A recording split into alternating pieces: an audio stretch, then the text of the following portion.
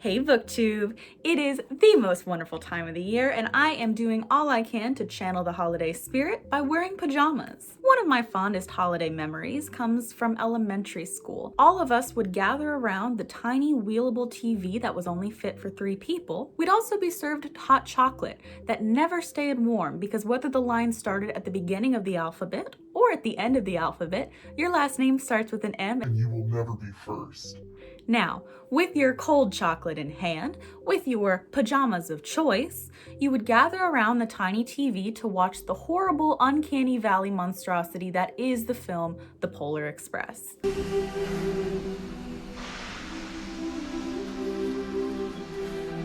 Well, you coming?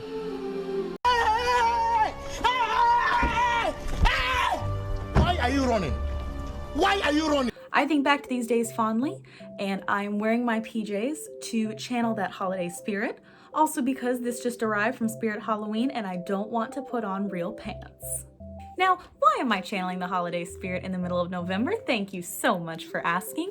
That is because I am so excited to announce my TBR for the Reindeer Readathon!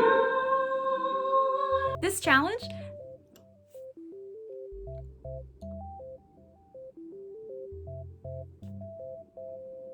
This readathon challenge is hosted throughout the month of December, and you will be reading books that correspond to a prompt designed to match one of Santa's reindeer. So I'll be taking you a little bit through the prompts as well as what I'm going to be reading for them. But what is also important to note is that this is a team-based readathon. I am on Team Mistletoe, which is led by the wonderful Break-Even books linked down below. And if you are also on Team Mistletoe, I am so excited and look so forward to working with you this holiday season. And if you are sorted on a team that is not Team Mistletoe, You will be defeated.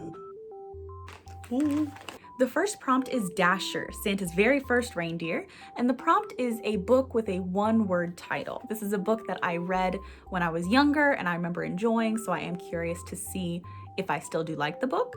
It has to do with vampires and werewolves running a small restaurant in Austin, Texas. The second prompt is Dancer, which is themed around the idea of having a dance partner. So this prompt calls for you to read a companion novel or a sequel. This is book number 2 in the saga. It is called Rebel Angels.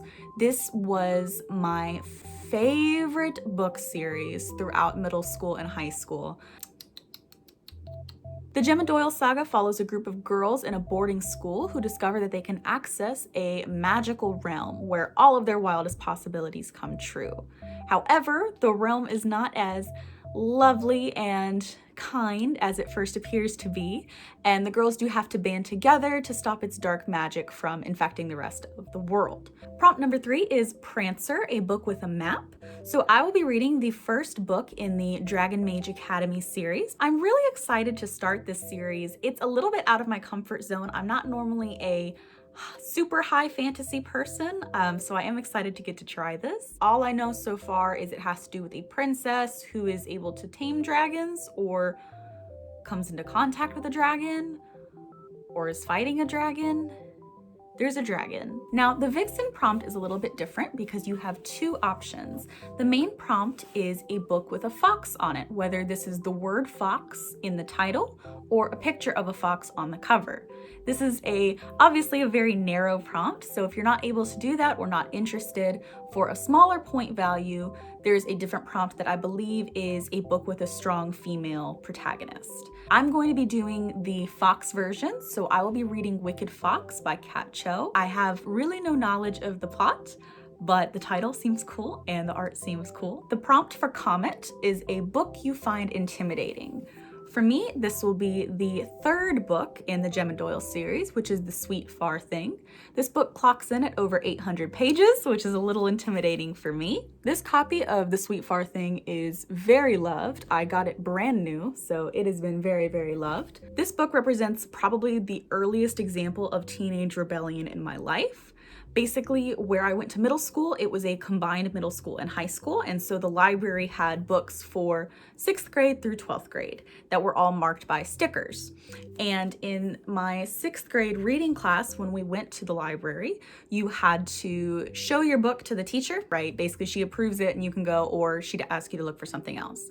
So she approved the first one, went, checked it out, read it, adored it, went back as soon as I could for the second, same thing, went back for the third one. And it was higher. I believe it was marked as a 10th or 11th grade book. And she said I couldn't check it out because it was too mature. And I told her, I was like, no, you don't understand. This is the conclusion. I have to read this. This is the end of the trilogy. I have to read it. And she told me that it was too mature. I was not old enough to read it. And I would have to wait until I was, 16 or 17 to read it. So I said, that's not happening, Mrs. Scott.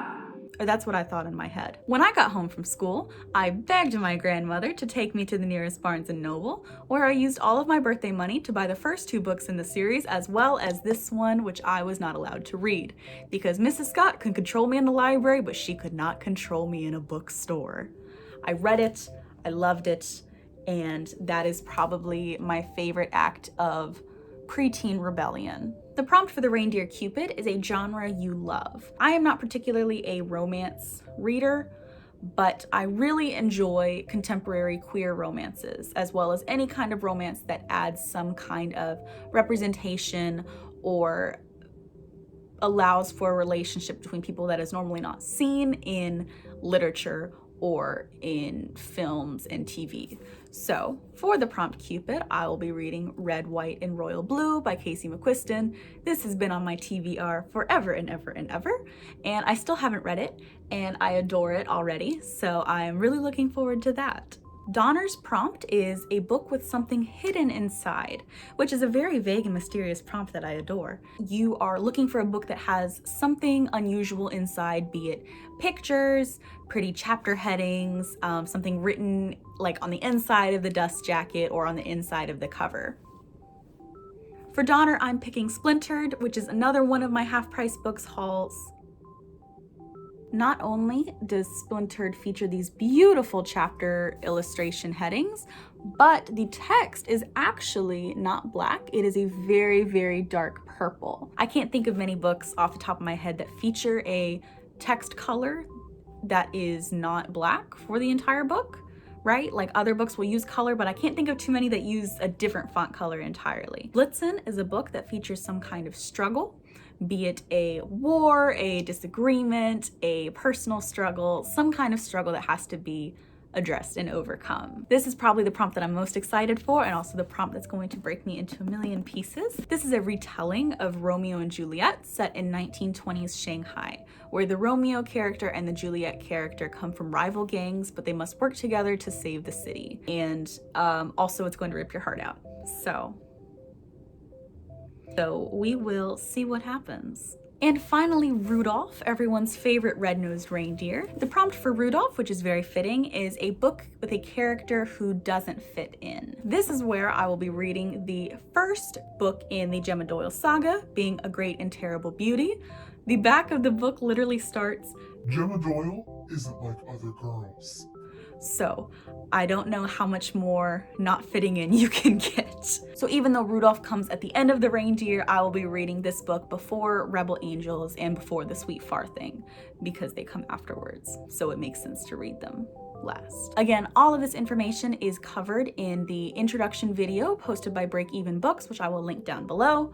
And no matter what team you are on, the prompts stay the same. If you are already doing this challenge, let me know, because I'm so excited to see who's going to be on my team, as well as who I'm going to Systematically and completely obliterate. So thank you to Breakeven Books and the whole Reindeer Readathon team for hosting this wonderful event throughout the month of December, and I look forward to reading with you all.